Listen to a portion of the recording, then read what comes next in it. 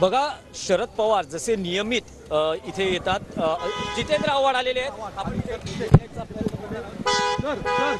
Jayant Patil sir एक minute sir.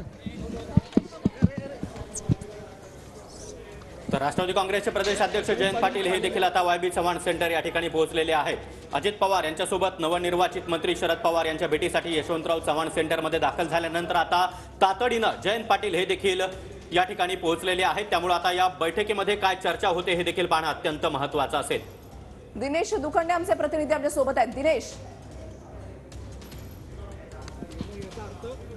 ही सध्याची थेट दृश्य आहेत। राष्ट्रवादी काँग्रेसचे प्रदेशाध्यक्ष जयंत पाटील हे वायबी चव्हाण सेंटरला पोहोचलेले आहेत।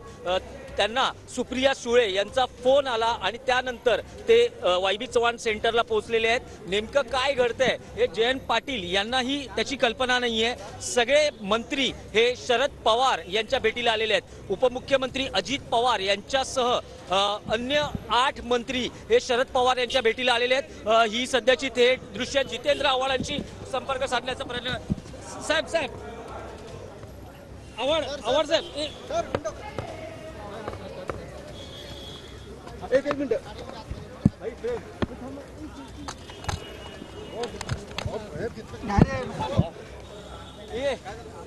तर जितेंद्र आव्हाड कुठलीही प्रतिक्रिया न देता या ठिकाणाहून निघालेले आहेत। जयंत पाटील सुद्धा काही वेळापूर्वी या ठिकाणी पोहोचलेले, ही दृश्य आपण पाहताय। एकीकडे काही वेळापूर्वी मंत्री जे आहेत ते वायबी चव्हाण सेंटरमध्ये पोहोचलेले आहेत, तर दुसरीकडे आता जितेंद्र आव्हाड हे सुद्धा वायबी चव्हाण सेंटरमध्ये पोहोचलेले आहेत।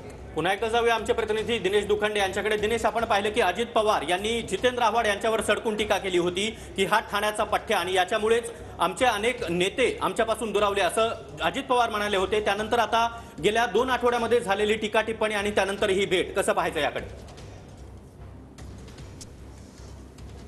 बघा, वायबी चव्हाण सेंटरला अतिशय नाट्यमयरित्या घडामोडी, राजकीय घडामोडी घडताना पाहायला मिळतात। राष्ट्रवादी काँग्रेसमधला हा एक वेगळा अंक, या नाट्याचा वेगळा अंक सध्या वायबी चव्हाण सेंटरमध्ये सुरू आहे। हे का घडतं आहे? बघा, उद्यापासून राज्य विधिमंडळाचं पावसाळी अधिवेशन सुरू होत आहे आणि या संदर्भात आज सत्ताधारी पक्षांच्या नेत्यांची बैठक, विरोधी पक्षांच्या नेत्यांची बैठक, असे सगळे कार्यक्रम असताना आज राष्ट्रवादी काँग्रेसचे नव्याने सत्तेत झालेले सगळे मंत्री शरद पवार यांच्या भेटीला येण्यामागे नेमकं कारण काय आहे? सत्तेत शरद पवार यांनाही आणणं हा एक हेतू असू शकतो का? कळकळीची विनंती, आवाहन शरद पवार यांना या नेत्यांच्या मार्फत केलं जाऊ शकतं का? एनडीए मध्ये राष्ट्रवादी काँग्रेस सहभागी झालेले आहे। स्वतः 18 जुलैला पंतप्रधानांनी जी एनडीएची बैठक बोलावलेली आहे त्यात अजित पवार, प्रफुल्ल पटेल हे उपस्थित राहणार आहेत। त्यामुळे शरद पवार यांना विनंती केली जाते आहे का? एका बाजूला मोठी मेजॉरिटी ही म्हणजेच विधिमंडळातले जवळपास 40 ते 42 आमदार आज अजित पवारांबरोबर आहेत। मोठं शक्ती प्रदर्शन अजित पवारांनी अलीकडच्या काळात केलं होतं। अवघ्या 2 आठवड्यांपूर्वी अजित पवार हे शिवसेना आणि भाजप म्हणजे शिंदे आणि फडणवीस सरकारमध्ये सहभागी झाले। आता राज्याला 2 उपमुख्यमंत्री, 1 मुख्यमंत्री आहे। असं असताना सत्तेचा फायदा पक्ष कशा पद्धतीने करून घेऊ शकतो? महाराष्ट्राच्या आणि देशाच्या राजकारणात जी राजकीय समीकरणं नव्याने घडत आहेत, कशा पद्धतीने पक्ष हा सत्तेत असला पाहिजे? शरद पवार यांना त्यांना आग्रहाची विनंती करून त्यांनाही आपल्या सोबत येण्याची आग्रहाची विनंती केली जाते आहे का? मनधरणी केली जाते आहे का?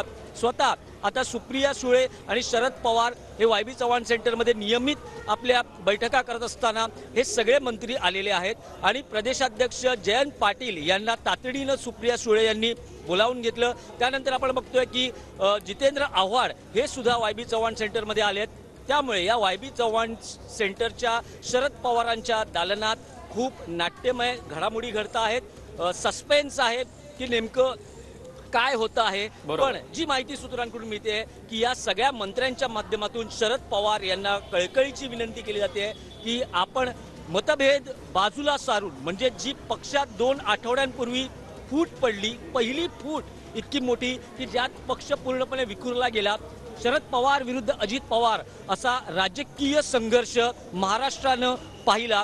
तो सगळा संघर्ष बाजूला ठेवूया आणि पुन्हा नव्यानं एकत्र येऊन सत्तेची मांडणी करूया, अशा पद्धतीची कळकळीची विनंती किंवा आवाहन हे शरद पवार यांना हे सगळे नेते करता आहेत का, असा एक प्राथमिक अंदाज व्यक्त केला जातोय. पण थोड्या वेळातच स्पष्टता होऊ शकेल की नेमकी ही भेट किंवा या मंत्र्यांची वाय.बी. चव्हाण सेंटर येथील वारी नेमकं काय, कशाचं द्योतक आहे, हे थोड्या वेळातच या बाबतीतली स्पष्टता होऊ शकेल. नक्कीच दिनेश, अजून एक महत्त्वाचा मुद्दा आहे. काही वेळापूर्वीच देवगिरी अजित पवारांच्या बंगल्यावर ह्या सर्व मंत्र्यांची बैठक पार पडली. उद्या पावसाळी अधिवेशन सुरू होत आहे आणि तत्पूर्वी झालेल्या देवगिरीवरील बंगल्यावर अजित पवार यांनी काही महत्त्वाच्या सूचना आपल्या मंत्र्यांना दिल्यात आणि त्यामध्ये त्यांनी असं देखील सांगितलंय की विरोधात आपलेच सहकारी बसलेत, अधिवेशनामध्ये त्यांना सांभाळून घ्या, अशा अजित पवार यांच्या सूचनेकडे आणि त्यानंतरच्या या भेटीकडे नेमकं कसं पाहायचं?